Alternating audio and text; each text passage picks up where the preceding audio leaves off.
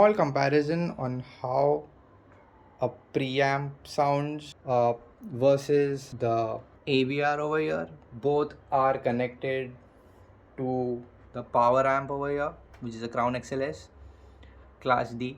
I'm using a switch box over here to switch between stereo on preamp versus the AVR. The Activo will be used to play songs on the preamp. The songs for the Denon will be played through a USB. Both will be using the same soundtracks. For the Denon, I've kept the subwoofer on just to show you how the sub integrates with the AV receiver, and the preamp won't have any subwoofer output.